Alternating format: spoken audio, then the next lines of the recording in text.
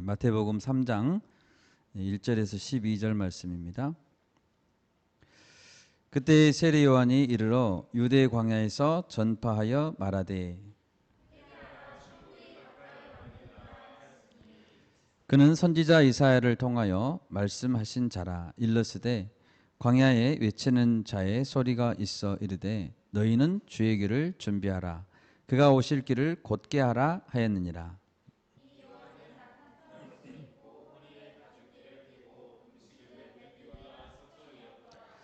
이때 예루살렘과 온 유대와 요단강 사방에서 다 그에게 나와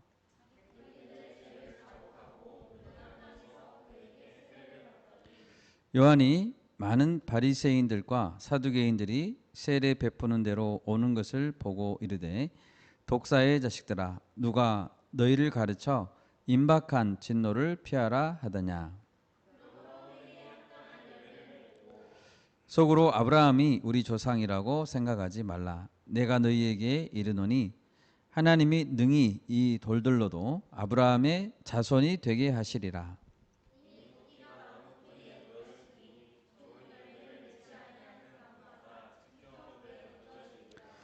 나는 너희로 회개하게 하기 위하여 물로 세례를 베풀거니와 내 뒤에 오시는 이는 나보다 능력이 많으시니 나는 그의 신을 들기도 감당하지 못하겠노라. 그는 성령과 불로 너희에게 세례를 베푸실 것이요 손에 키를 들고 자기의 타작마당을 정하게 하사 알곡은 모아 곳간에 들이고 쭉정이는 꺼지지 않는 불에 태우시리라. 아멘. 반갑습니다. 예.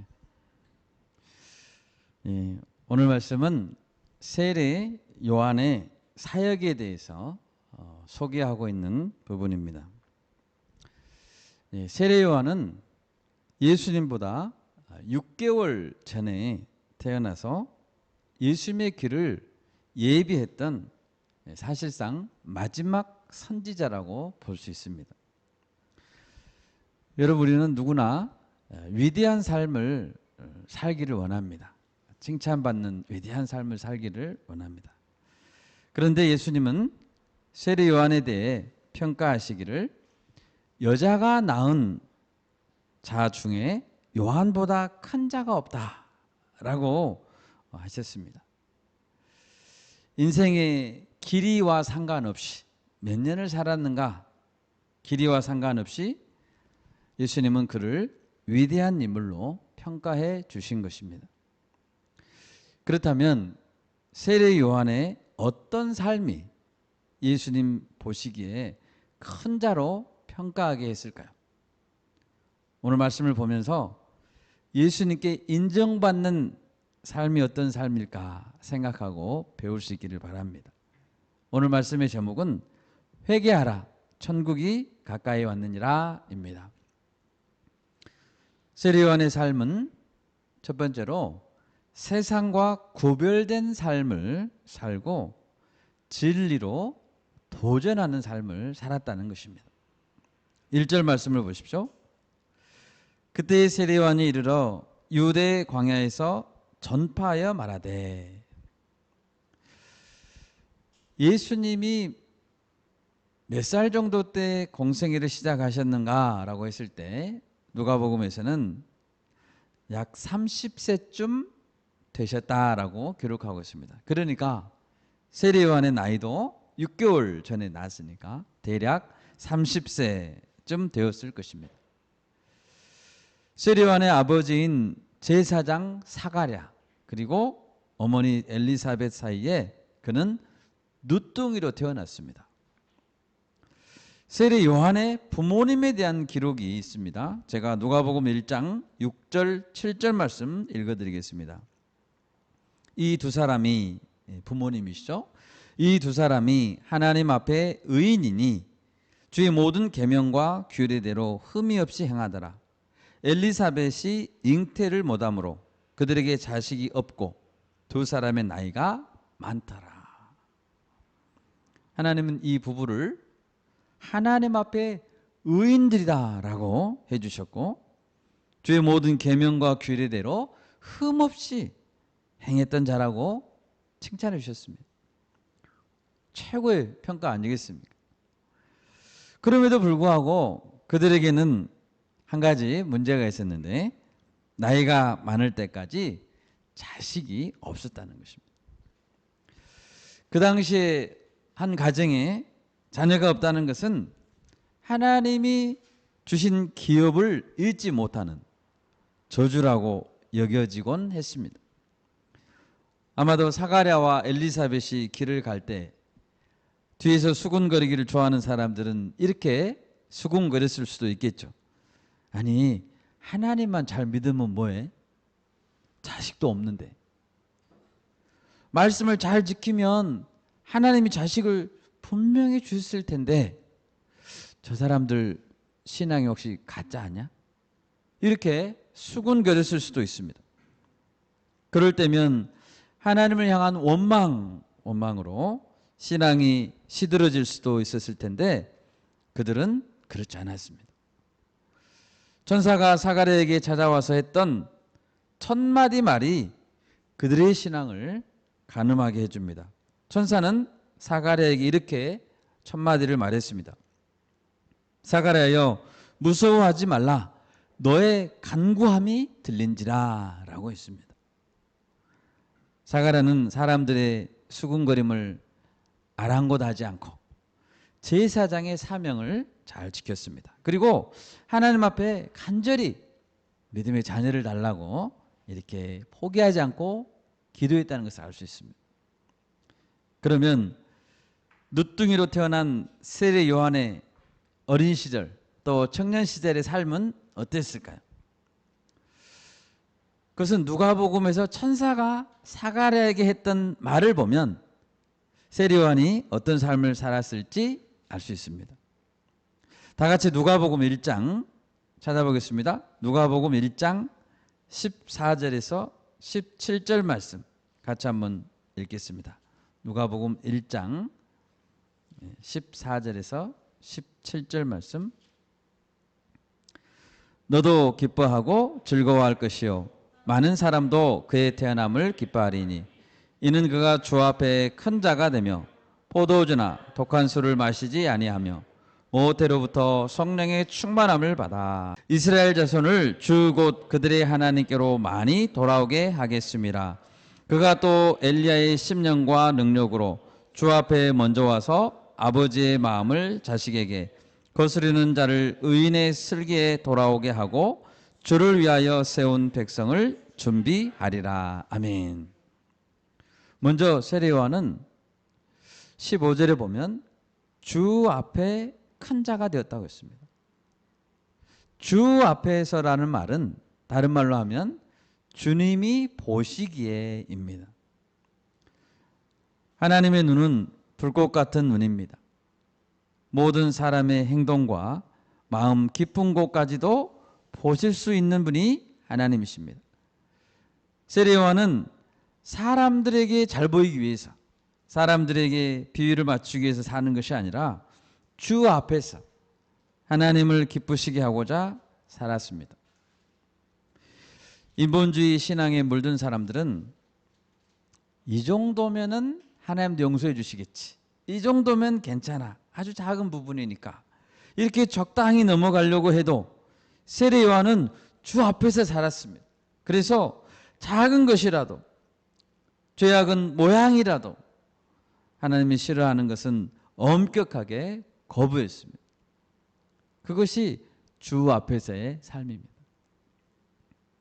여러분, 이런 점들은 우리 부모님 세대, 그 세대의 철저한 신앙을 살펴보고 본받을 점도 있는 것 같아요.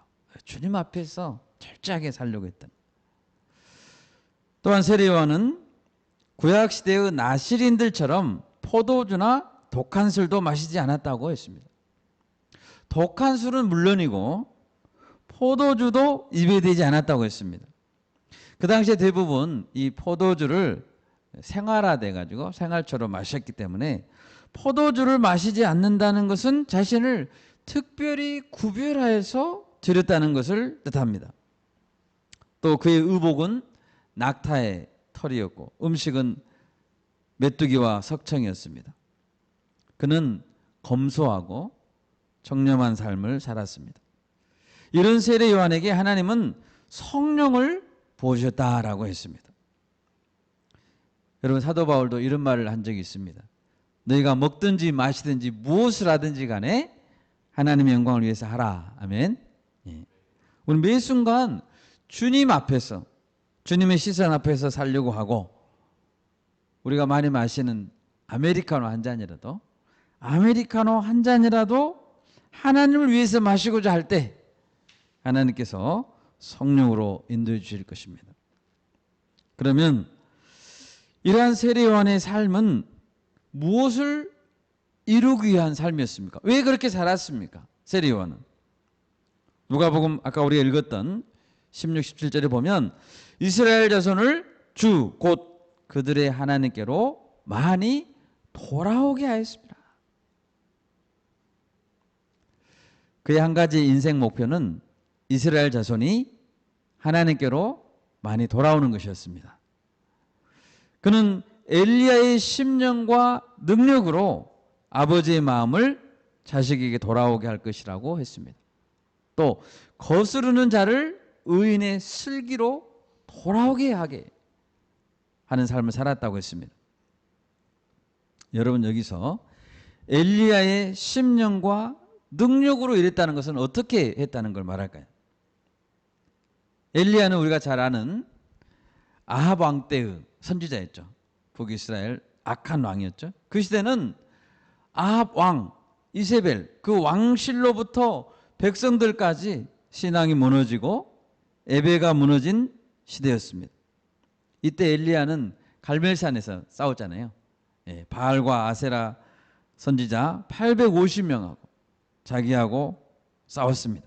그리고 하나님과 우상들 사이에서 결단하지 못하는 백성들에게 꾸짖으면서 도전했습니다. 열왕기상 우리 한번 찾아보겠습니다. 18장 21절 말씀 한번 찾아보겠습니다. 열왕기상 18장 21절 말씀. 엘리야의 도전입니다. 시작. 엘리야가 모든 백성에게 가까이 나아가 이르되 너희가 어느 때까지 둘 사이에서 머뭇머뭇하려느냐. 여호와가 만일 하나님이면 그를 따르고 바알이 만일 하나님이면 그를 따를지니라 하니 백성이 말 한마디도 대답하지 아니하는지라. 아멘. 엘리야는 도전했습니다. 도대체 언제까지 이리 갔다 저리 갔다 하려고 하느냐. 머뭇거리지 마라. 그런데 이 세례 요한도 엘리야와 같이 살았다는 거예요. 세례 요한도 엘리야와 마찬가지로 자기의 시대에 불신앙에 도전했다는 것입니다.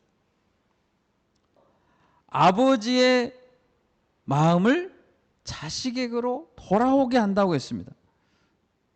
그러면 아버지의 마음이 자식에게로 안 돌아왔다는 거네요. 그 당시의 문제는? 네. 그 당시의 문제는 제대로 된 아버지가 없다는 것이죠.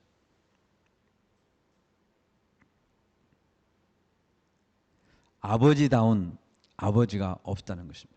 아버지다운 아버지. 여러분, 왜 자녀들이 반항적이고 삐뚤어집니까? 어느 시대나 그런 것 같아요. 자녀들은 반항적이고 삐뚤어지는 것 같은데, 책임감 있는 아버지, 자녀를 위해 울며 섬기는 어머니들이 없다는 것이죠. 아버지, 어머니 없다는 것입니다. 자녀들이 하나님을 배우고 자녀들이 바르게 예배하는 법을 어디에서 배워야 될까요? 가정에서 배워야 됩니다. 아버지에게서 배워야 됩니다. 우리가 잘 아는 고린도전서 4장 15절에 그리스도 안에서 1만 스승이 있으되 아버지는 많지 아니하니라고 했습니다. 아버지는 많지 아니하니.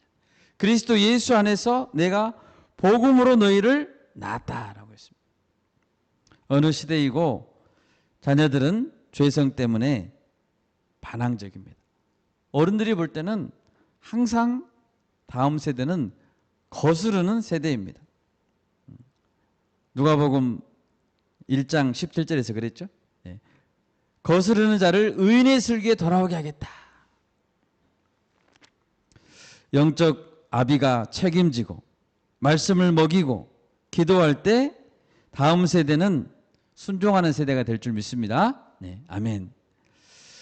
세례요한은 오늘 보면 무엇을 먹을까, 무엇을 마실까, 무엇을 입을까 염려하지 않고 하나님의 나라와 의를 구하는 삶을 살았습니다.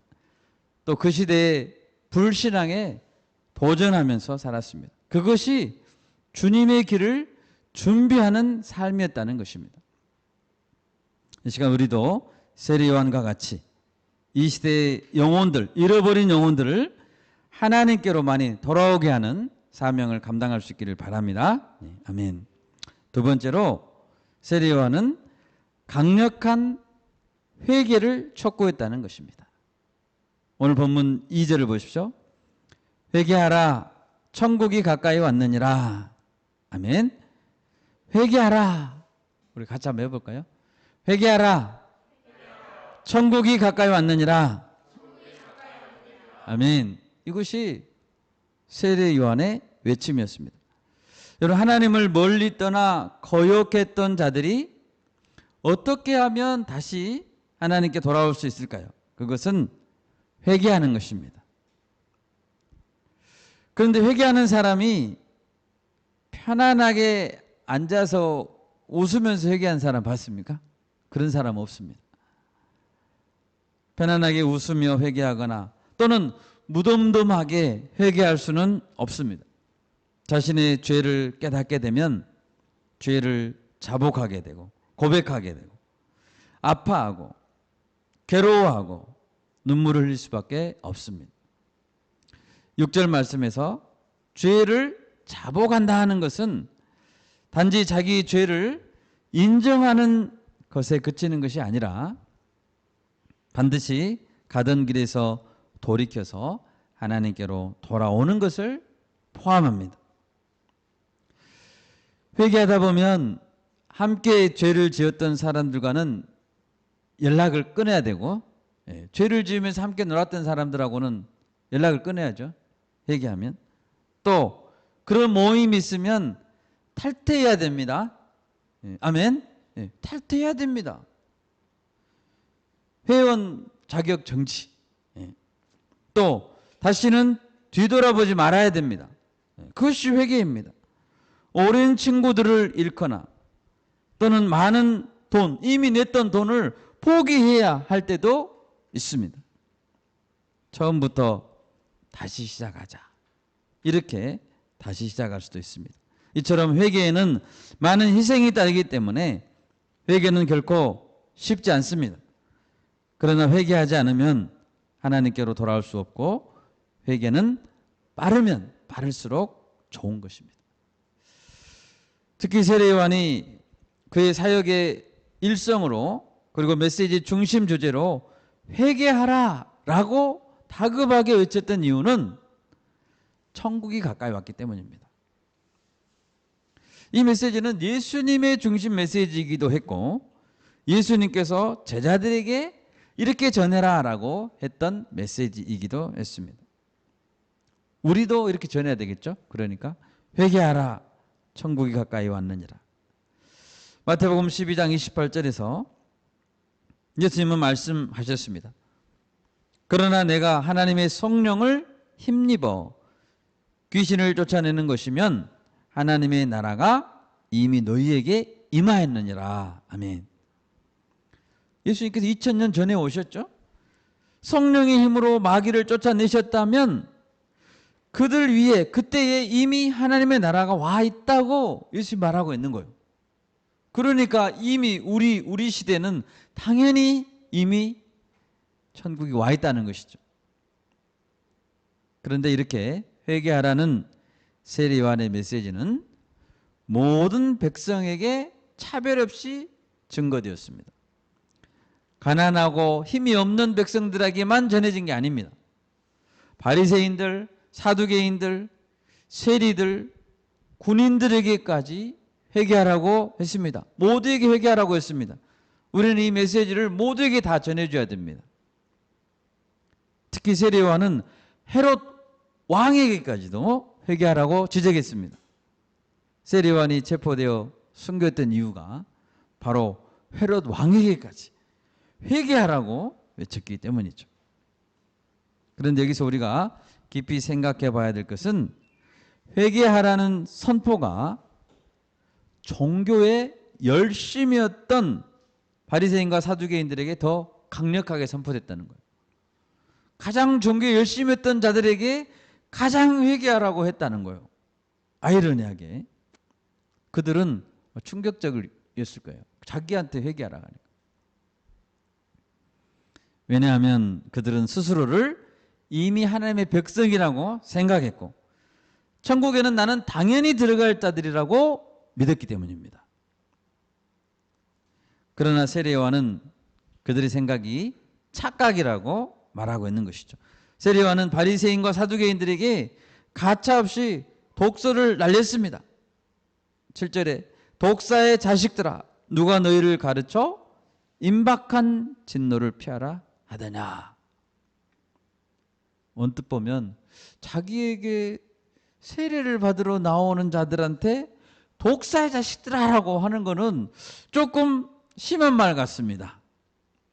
그러나 바리새인과 사두개인들이 뭐 때문에 이런 독설을 듣습니까? 그것은 그들이 가진 신앙이 위선적인 신앙이기 때문입니다. 자신들만 지옥에 가는 것이 아니라 백성들까지도 지옥으로 끌고 가니까 독사의 자식들아 라는 말을 들을 수밖에 없는 것입니다. 예수님도 바리새인들 향해서 독사의 자식들아 라고 말씀하신 적이 있죠. 그러면 이런 모든 사람들, 특히 위선적인 신앙을 가진 사람들 어떻게 해야 구원을 받을 수 있을까요? 어떻게 해야? 말로만 하는 것이 아니고 회개에 합당한 열매를 맺어야 하는 것입니다. 8절 9절 우리 같이 한번 읽어볼까요? 8절 9절 그러므로 회개에 합당한 열매를 맺고 속으로 아브라함이 우리 조상이라고 생각하지 말라. 내가 너희에게 이르노니 하나님이 능히 이 돌들로도 아브라함의 자손이 되게 하시리라. 아멘. 임박한 진노를 피하기 위해 반드시 필요한 것은 회개에 합당한 열매입니다. 이것은 무엇을 의미하냐면요, 실제적인 변화를 의미합니다. 회개를 했으면 행동의 변화가 와야 됩니다. 말이나 결심이나 맹세한다고 해서 그것이 합당한 열매가 아닙니다. 실제적인 변화. 우리 주변에는 이렇게 말하는 사람들이 많죠. 나는 반성한다. 나는 회개한다. 잘못했다 하면서 계속 고질적인 습성을 버리지 못하고 절대로 변하지 않는 사람들이 있습니다. 그런 자들은 회개하지 않는 자들이에요. 열매가 없잖아요. 행동의 변화가 없잖아요. 여러분, 하나님은 속지 않는다고 했습니다. 하나님은 우리의 말로 우리를 판단하는 것이 아니라 우리의 행동으로 우리의 말을 판단하십니다. 다 같이 야고보서 2장 18절 20절을 읽겠습니다. 야고보서 2장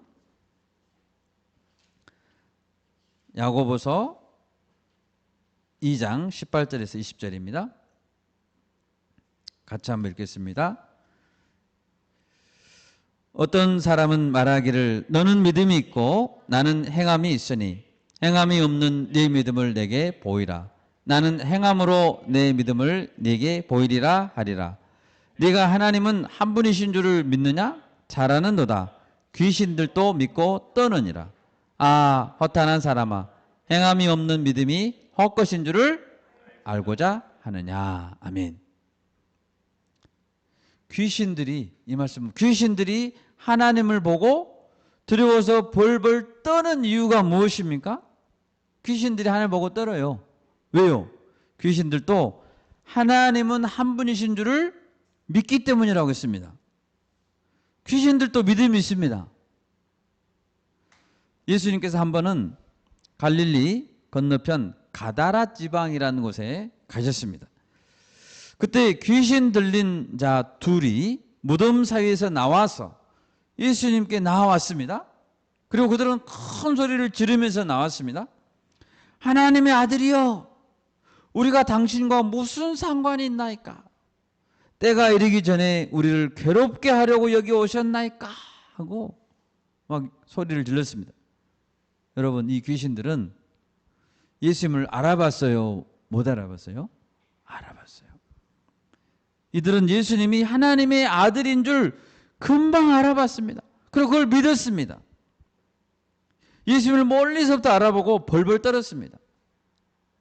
그러면 아까 읽은 야고보서 2장에 비춰볼 때 이 귀신들과 참된 하나님의 자녀 사이의 차이점이 뭐죠?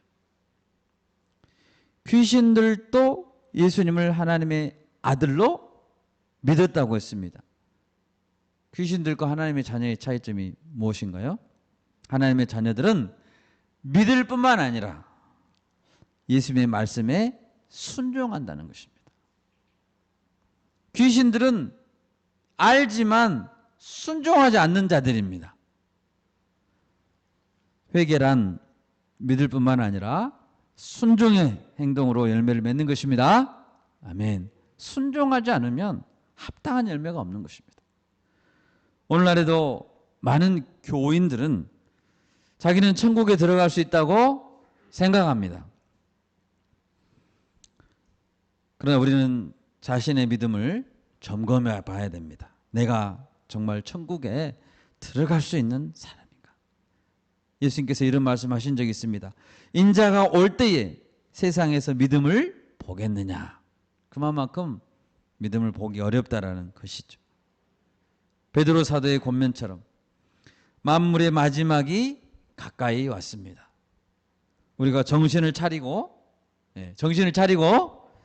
근신하여 기도할 수 있기를 바라고 우리가 회개의 열매를 맺는 자들이 될 수 있기를 바랍니다. 아멘. 마지막 세 번째로 세례 요한은 예수님이 최후의 심판자임을 강력하게 선포했습니다. 세례 요한은 증인의 삶을 살았다는 것이죠. 10절을 보십시오. 세례 요한은 분명하게 선포했습니다. 좋은 열매를 맺지 아니하는 나무는 어떻게 된다고요? 찍혀 불에 던져질 것이라고 했습니다. 여러분, 하나님은 우리가 성장하여 열매 맺는 삶을 살기 원하십니다. 성도는 언제까지나 새싹 단계에 있을 수 없습니다. 언제까지나 성도들이 새가족 반에만 있으면 되겠습니까? 새가족 반, 새싹 반에만 있고자 하면 되겠습니까? 그럴 수는 없습니다. 우리가 학교에 들어가면 계속 1학년만 다닐 수 있습니까?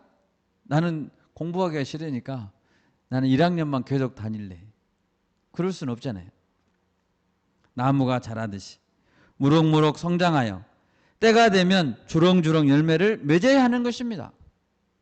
어떤 그리스도인들은 은혜와 사랑과 용서만을 듣기 좋아하고 열매 맺지 않는 자신의 삶에 대해서는 너무나 관대한 자세를 가지고 있습니다. 열매를 맺어야 한다. 너 왜 열매가 없니? 라고 말하면 사랑이 없네. 은혜가 없다고. 은혜가 없네. 하면서 그런 말을 싫어합니다. 그러나 그런 자는 계속 1학년만 다니고자 하는 자들이. 그래서는 안 됩니다. 여러분, 예수님은 정말로 은혜와 사랑이 풍성하신 분이시죠. 예수님처럼 은혜가 많은 분이 어디 있어요? 그런데 요한복음 15장 2절에서 이렇게 말씀했습니다. 무릇 내게 붙어 있어 열매를 맺지 아니하는 가지는 아버지께서 그것을 제거해 버리시고 무릇 열매를 맺는 가지는 더 열매를 맺게 하려 하여 그것을 깨끗하게 하시느니라. 열매를 맺지 아니하는 가지는 제거해 버리시다. 그리고 더 많은 열매를 맺어라 하고 열매를 잘 맺으면 더더 깨끗하게 도와주신다는 것입니다. 예수님은 많은 열매 맺기를 원하십니다. 네. 그렇다면 우리 여기서 한 발 더 나아가서 생각해 봅시다. 심판을 면하기 위해 좋은 열매를 맺어야 한다고 했는데 주님은 심판주라고 했는데 그렇다면 어떻게 하면 좋은 열매를 우리는 맺을 수 있을까요? 예수님은 요한복음 15장에서 내 안에 거하라 라고 하셨죠. 내 안에 거하면 열매 맺는다. 마치 포도나무 가지가 그 나무에 잘 붙어 있으면 열매를 맺는 것처럼 예수님 안에 지속적으로 거할 때 좋은 열매를 맺을 수 있다고 주님은 말했습니다. 그런데 여기서 오해가 있을 수 있습니다. 예수님 안에 거한다는 것을 많은 사람들이 가만히 조용히 있는 것으로도 충분하다고 생각하는 사람이 많습니다. 가만히 조용히 있으면. 여러분, 물론 교회에 공예배에 잘 출석하는 것은 너무나 중요한 신앙생활 기본이죠. 그렇지만 교회에 내가 등록해서 출석만 잘하면 예수님 안에 거하는 것이라고 착각하면 안 된다는 것입니다. 예수님 안에 거하는 것을 잘 보여준 대표적인 사례가 구약에 나오는 나오미의 며느리였던 룻입니다. 룻은 모압 여인이었습니다. 이방 여인이었습니다. 하나님 밖에 있었던 여인이었습니다. 그 여인이 어떻게 해서 보아스의 아내가 되고 다윗 왕의 증조 할머니가 될 수 있었을까요? 왜냐하면 룻은 하나님 안에 거했기 때문이에요. 하나님 밖에 있는 자였는데 하나님 안으로 들어와서 거했기 때문입니다. 자, 룻은 어떻게 하나님 안에 거할 수 있었을까요? 룻기를 한번 찾아보겠습니다. 룻기 1장 16절에서 18절입니다. 룻기 1장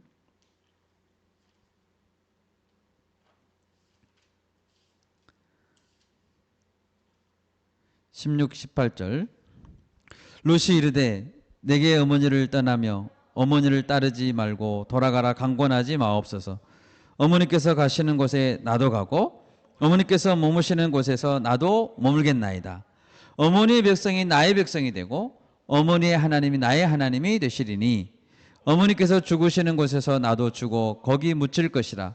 만일 내가 죽는 일 외에 어머니를 떠나면 여호와께서 내게 벌을 내리시고 더 내리시기를 원하나이다 하는지라.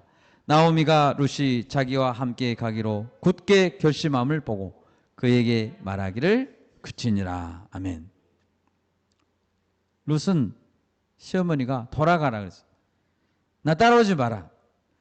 그런데 이 시어머니의 말을 듣지 않고 이런 거는 불순종해도 됩니다. 나를 떠나라.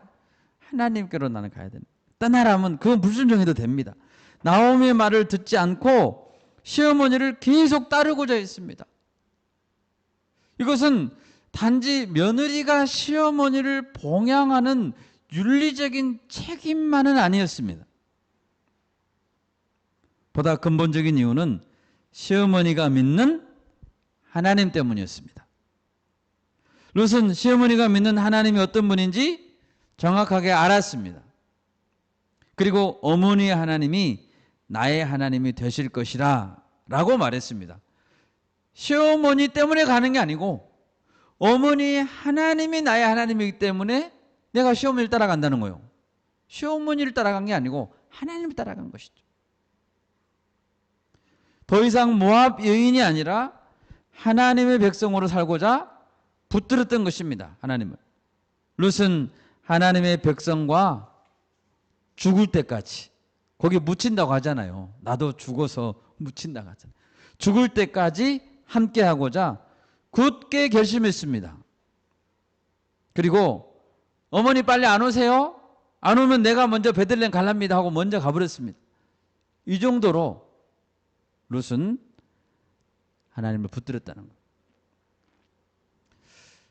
여러분, 어떻게 해야 우리는 하나님 안에 거하는 것이죠? 어떻게 해야 좋은 열매를 맺는 것입니까? 어떻게 해야 심판을 피할 수 있는 것입니까? 예수님을 정확히 배우고, 아멘. 예수님을 정확히 알고 적극적으로 붙들고. 어떻게 붙든다고요? 적극적으로 붙들어야 됩니다. 가만히 있으면 안 됩니다. 그리고 앞장서서 예수님 말씀에 순종해야 됩니다. 룻이 나오미를 따라서 갔잖아요. 모압에서 베들레헴으로 갇힙니다. 앞장서서 순종해야 됩니다. 그리고 죄의 유혹에는 적극적으로 대항해야 됩니다. 어떻게 대항한다고요? 적극적으로, 소극적으로가 아니고 적극적으로 대항해야 됩니다. 그리고 혹시라도 죄에 빠졌다면 회개도 적극적으로 해야 됩니다. 회개도.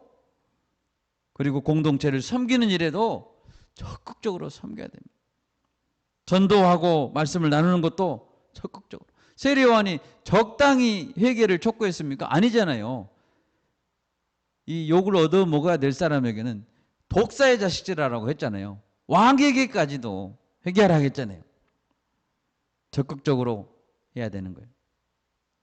그리고 룻처럼 하나님의 약속의 땅에 내가 묻히겠습니다라고 결단해야 되는 거예요. 죽을 때까지. 그럴 때 하나님께서 이 룻의 믿음을 보시고 다윗 왕의 증조 할머니로 쓰임받게 해주신 거예요. 여러분, 거한다는 것이 그냥 가만히 조용히 있는 것이 아닙니다. 적극적으로 붙들어야 되는 것이. 우리가 적극적으로 붙들 수 있기를 바랍니다. 아멘. 지금은 은혜 받을 만한 때라고 말합니다. 맞습니다. 그러나 계속 은혜의 때만 있는 것은 아닙니다. 심판의 때가 오고 있습니다. 이미 나무 뿌리에 도끼가 놓여 있다는 것을 기억해야 됩니다. 이제 곧 도끼를 들어서 찍으려고 한다는 것이죠. 하나님 아버지께서는 모든 심판을 예수님께 맡겼기 때문에 예수님이 우리의 심판장이십니다. 누구라고요? 심판장. 예수님 우리의 심판장이에요. 여러분, 예수님은 십자가에서 죽으셨죠? 죽으신 후에 계속 무덤에 계셨습니까? 아니잖아요. 우리 죄를 위해 힘없이 죽으셨고 계속 무덤 속에서 패배하신 분이십니까? 아니잖아요. 예수님은 심판장으로 오신다니까요. 심판장. 네 오른편 뺨을 치거든 왼편도 돌려대라. 예수님은 그랬죠. 그러면 예수님은 맨날 맞고만 있는 분입니까? 예수님은 계속 뺨만 돌려대고 맞고만 계세요? 아니에요. 예수님은 심판장으로 오신다니까요. 예수님은 사흘 만에 살아나시고 승천하시고 이제는 심판주로 온다는 거예요. 우리가 믿는 예수님이 심판주. 계속 오른쪽 뺨 이런 분이 아니에요. 예수님이 이제 가장 강력한 왕이십니다. 아멘. 최후의 승리자이시고 심판장이십니다. 데살로니가 후서 2장 8절도 한번 제가 읽겠습니다. 데살로니가 후서 2장 8절. 그때에 불법한 자가 나타나리니 주 예수께서 그 입의 기운으로 그들을 죽이시고. 누가 죽여요? 예수님이 죽이신대요. 이제 그때에는 마지막 때 강림하여, 예수님이 강림하여 나타나심으로 그들을 패하시리라. 아멘.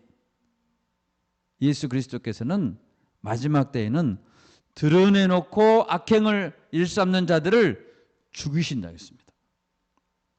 그때는 은혜의 주님, 용서의 주님, 그것이 아니고 이제는 심판주로 오신다는 거예요. 예수님은 그 입의 바람으로, 입의 기운으로 죽이신다고 했습니다. 또 재림에 나타나심, 재림의 빛으로 불법한 자를 끝장내신다고 말씀하고 있습니다. 여러분, 예수님은 심판주세요. 세례요한은 비록 광야에 살면서 가난하고 불편한 삶을 살았지만 절대로 기가 죽지 않았습니다. 여러분, 기가 죽지 않았습니다. 세례요한은. 왜요? 그가 당당하게 심판주 예수님을 소개하고 있기 때문에. 심판의 메시지를 전할 수 있다. 회개하라. 천국이 가까웠다. 너희 회개해야 돼. 당당하게 메시지를 전할 수 있었기 때문입니다. 예수님이 정확히 어떤 분인지 알았기 때문입니다. 여러분, 우리도 예수님을 믿고 정확히 알아야 되겠습니다. 예수님은 은혜와 사랑과 긍휼이 풍성하시지만 언제까지나 그러지 않고 심판주, 만왕의 왕으로 오신다는 사실을 우리가 알고 당당하게 복음을 전할 수 있기를 바랍니다. 아멘. 이제 말씀 맺고자 합니다. 세례요한이 살던 시대에도 지금처럼 어두웠습니다. 그때에도 청년들에게는 소망이 없었습니다. 근데 세례요한은 희망을, 소망을 전하고 있는 것입니다. 그것은 진리의 말씀, 예수님이십니다.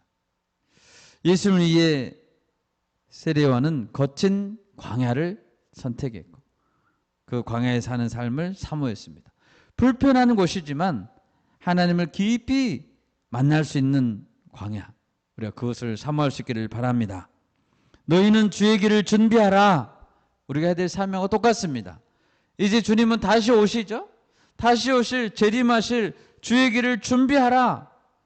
세례요한이 초림의 주님의 길을 준비했다면 우리는 이제 다시 오실 주님의 길을 준비하는 것이 우리의 사명인 줄 믿습니다.